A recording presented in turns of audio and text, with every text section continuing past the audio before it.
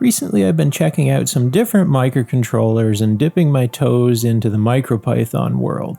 Today we're going to check out the PyBoard, which is an STM32 F4 microcontroller board with SD card, LEDs, and some other things handy on board. Using MicroPython with a board like this is super simple. You just plug it into USB and drag and drop the code. Well, today we're going to take a look and see if we can get some LEDs blinking, maybe use the accelerometer and compare it to the other boards that I have on my bench. This episode brought to you in part by PCBWay. Check them out at the link below for your next electronics project. They offer competitive rates for all PCBs, parts, and assembly, as well as 24/7 tracking of your order from start to finish. I don't see a lot about this board online. I remember Great Scott did a video and that's probably what prompted me to grab these, but otherwise I don't see much on them.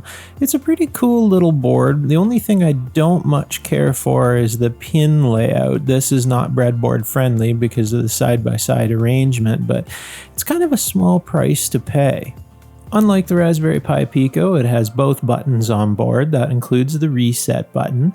Backside of the board has nothing populated on it, so that makes it pretty easy to mount. You can just hot glue this down or some double-sided tape or whatever into your project, no problem. The other nice thing is all the silk screening. All the terminals are well labeled, no problem there. Now, they're a little hard to tell what they are, like any microcontroller. You need a bit of a cheat sheet to know what is used for what, and that I can help you with. We won't go into the specs of the microcontroller itself. You can check it out online. The STM32 F4 is an older board now. It was used a lot in our quadcopter flight controllers. I'm pretty familiar with it from that, but not used a lot for standalone projects that I've seen.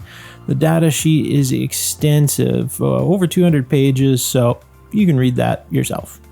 Now here's my attempt at helping the maker community get started with these if you're not familiar. As usual, I started my own GitHub repo and put all the reference materials including pinouts, programming steps, specs, and sample sketches in here. So it should be pretty straightforward for anyone to get started. You can recreate what I'm going to do here. These simple sketches are included. You just copy paste, so hopefully it helps. The basics of this are super simple. When you plug in the board to your USB, it just shows up as a USB drive and you can just drag and drop the code over. As with usual Python sketches, main.py is your main sketch and this will run as soon as the processor boots. So just drag and drop it over. I use Notepad++ as my editor. It's pretty handy, and this is a super simple sketch, nothing to it. We'll see if we can blink it. Now, you always want to make sure that you eject the PyBoard from your USB. This is actually pretty crucial, otherwise the file system gets damaged and you have to start over. So just remember, always click eject and you're all set. And off to the workbench, sure enough, we have our board and we plug it into just USB power. There's no computer hooked to the other end of this, and we'll have our blinking LED.